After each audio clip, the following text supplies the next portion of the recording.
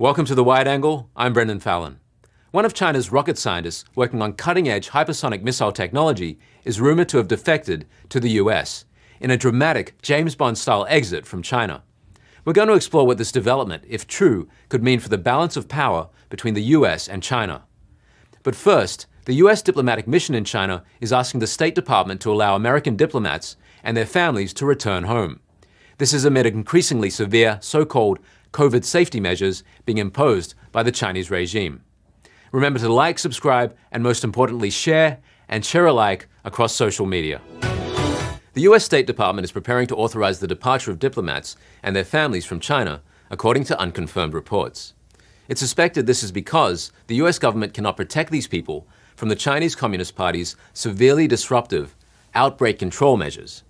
The State Department responded, "There are no changes to the operations of the US Embassy and consulates in China," it said, but it added, quote, "Any changes in the operating status of this nature would be predicated solely on the health, safety, and security of our colleagues and their family members," end quote. So there's no change, but if there were a change, we'd be doing it for these reasons. An evacuation of US diplomats and their families from abroad requires authorization by the US State Department. A US agency abroad must be given this authorization before it can evacuate its personnel from the host country. Of course, this news immediately made headlines across the world, being as it is a major diplomatic event between the US and China. According to anonymous sources, the US diplomatic mission did send a request, but the State Department has not yet approved it. There's a key reason that certain US diplomats in China want to evacuate. The Chinese Communist Party's pandemic prevention rules have become a little too much for many of them to bear.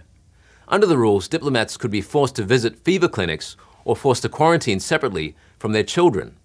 The US government has been unable or unwilling to protect US diplomats from such severe measures. So some diplomats want to leave China, at least temporarily. How many diplomats are in this situation? According to an internal US Embassy survey, as many as 25% of staff and family members would prefer to leave China as soon as possible. Can you imagine being stuck in this kind of environment? Can you imagine being a parent of a young child there and facing the risk of your 3-year-old being taken away to self-quarantine? This is what the CCP has been imposing on China's people. This now brings us to the other reason. Yes, I'm talking about the swab. No, not Schwab, although. I'm talking about the anal swab. At least one US diplomat has been forced to take nasal and anal swab nucleic acid tests in his own apartment. This is in Beijing. Not surprisingly, this news has had an explosive effect in diplomatic circles. So you're probably wondering how the CCP is responding to all this news. Well, you won't be surprised to hear that China's media has put its own unique slant on the situation. China's media continues to declare China the safest country in the world in terms of the pandemic. There are already so many confirmed cases and deaths in the US, while in China, there really haven't been that many. The CCP's propaganda media says Americans are actually greatly increasing their risk of infection by going to America. Why would they want to leave China, the safest place in the world? So in effect, we have the US on one side, allegedly concerned with the violations of the individual rights by the CCP in the supposed name of pandemic prevention. Meanwhile, the CCP is pushing the line that its zero COVID policy works, and that's why they have very few cases. So the idea of the basic rights of the individual are completely negated in the name of COVID safety. What do you think the US should be doing about its diplomats in China? What would you be doing if you were stuck there right now? You can leave your thoughts in the live chat or the comments. I always look forward to having a look at those.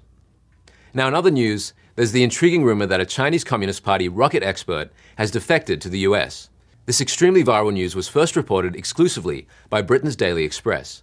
It's a 100-year-old paper that's considered a tabloid in the UK. It first reported on January 23rd a story that has all the trappings of a James Bond film.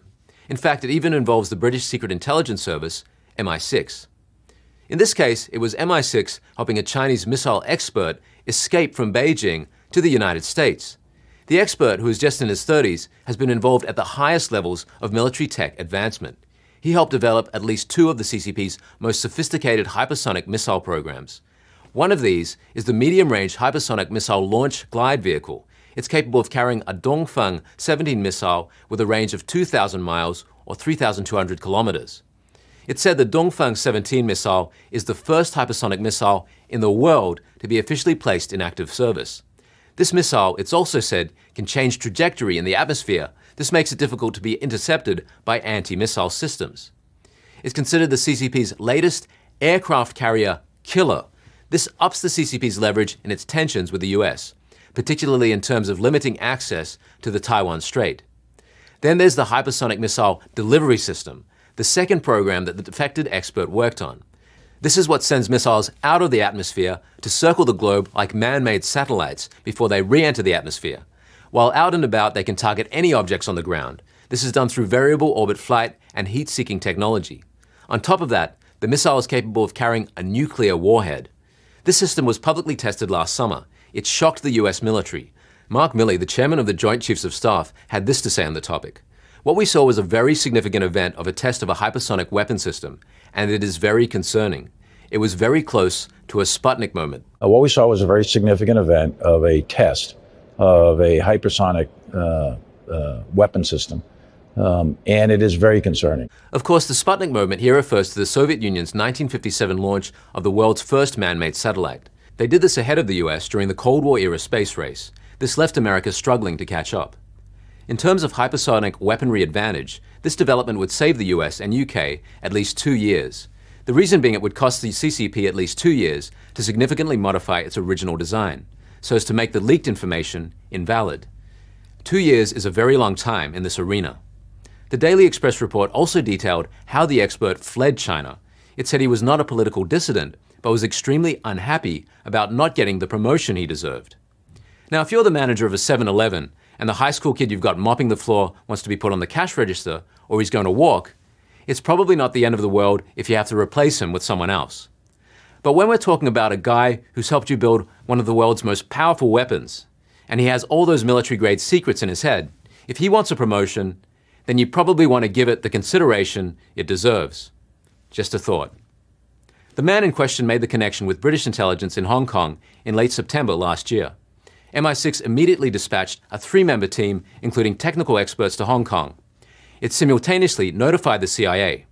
The CIA then directed some of its resources away from monitoring American citizens. I'm just joking. Please don't tap my phone. Anyway, the MI6 team determined that the person's identity and intel were authentic and reliable. They sent the expert and his family to a former British colony through a secret route, and then to a US airbase in Germany, after which he was flown to the United States. At this point, I'd just like to emphasize the gravity of what's happened here, because the 2 hypersonic missile programs mentioned before are the most sophisticated weapons programs of the CCP. So if this expert who was involved in both has defected, it basically means 2 things. To start with, one of the CCP's most critical advantages is compromised. What I refer to is its strategic deterrence against the US. Secondly, what's happened could well thwart plans Xi Jinping may have to invade Taiwan. After all, if the technology of the CCP's aircraft carrier killer is no longer a secret, then Xi Jinping's capacity to go to full-scale war with the US is somewhat diminished, which I think is an optimistic note to end on. We've explored why many US diplomats may well be looking to rapidly evacuate China, and we've also examined the rumor that a CCP highest-level military tech expert has just slipped into the hands of the US government. Please like and subscribe if you enjoy my content. I'm Brendan Fallon, and this is The Wide Angle.